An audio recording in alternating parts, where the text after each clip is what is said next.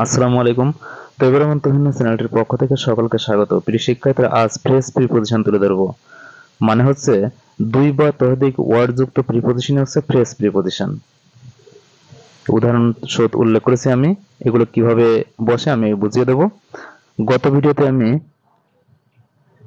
Basic যে preposition গুলো সেগুলো আমি তুলে ধরেছিলাম। In, on, into, for, of, from, এগুলোর ব্যবহার আমি নিচে উল্লেখ করেছিলাম গত ভিডিওতে। কিভাবে in, on, into, before, after এগুলো ব্যবহৃত হয় গত ভিডিওতে আমি উল্লেখ করেছিলাম। আজকের ভিডিওতে ফ্রেশ প্রিপোজিশন তুলে ধরেছি পার্ট 2 অংশে। ফ্রেশ প্রিপোজিশন হচ্ছে দুই বা ততোধিক ওয়ার্ড যুক্ত প্রিপোজিশন হলো ফ্রেশ প্রিপোজিশন। ফ্রেশ প্রিপোজিশন গুলো উল্লেখ করছি ইন ফ্রন্ট অফ। এখানে তিনটে ইন, ফ্রন্ট, অফ তিনটি শব্দ মিলে একটি প্রিপোজিশন গঠিত হচ্ছে, সেটি হচ্ছে ইন ফ্রন্ট অফ মানে সামনে। ইন স্পাইট অফ মানে সত্ত্বেও, তিনটি শব্দ মিলে একটি প্রিপোজিশন গঠিত হচ্ছে। ইন স্পাইট অফ মানে সত্ত্বেও। ইনস্টেড অফ মানে পরিবর্তে। বিকজ অফ মানে কারণে। দুটি শব্দ মিলে একটি প্রিপোজিশন গঠিত হয়েছে। বিকজ অফ মানে কারণে। এগুলোকে বলে ফ্রেশ প্রিপোজিশন। এখন এগুলোর ব্যবহার উল্লেখ করছি কিভাবে ব্যবহৃত হয়। যেমন দেয়ার ইজ এ পন্ড, একটি পুকুর আছে, in front of our house, আমাদের বাড়ির সামনে।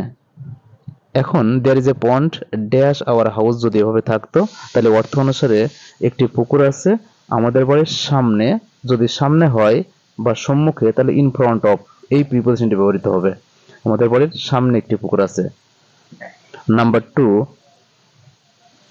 I could not pass the exam in spite of my hard work, আমি পরীক্ষায় পাশ করতে পারিনি। ইন স্পাইট অফ মানে সত্ত্বেও, মাই হার্ড ওয়ার্ক কঠোর পরিশ্রম সত্ত্বেও আমি পরীক্ষায় পাশ করতে পারিনি।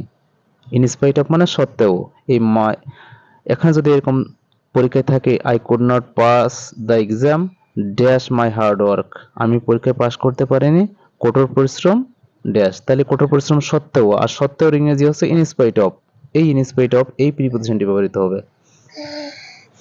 নাম্বার 3 যে উদাহরণ সেটি হচ্ছে we could not, we worked at home instead of going to school, আমরা স্কুলে যাওয়ার পরিবর্তে বাড়িতে কাজ করেছিলাম। ইনস্টেড অফ মানে পরিবর্তে। উই ওয়ার্কড এট হোম আমরা কাজ করেছিলাম বাড়িতে। ইনস্টেড অফ মানে পরিবর্তে।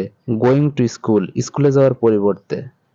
যদি এভাবে থাকে শূন্যস্থান, যে উই ওয়ার্কড এট হোম আমরা বাড়িতে কাজ করেছিলাম ড্যাশ গোয়িং টু স্কুল স্কুলে যাওয়ার, আর ইনস্টেড অফ মানে পরিবর্তে, তাহলে স্কুলে যাওয়ার পরিবর্তে আমরা বাড়িতে কাজ করেছিলাম। এই অর্থ অনুসারে এই ফ্রেজ প্রিপোজিশনটি ব্যবহৃত হবে।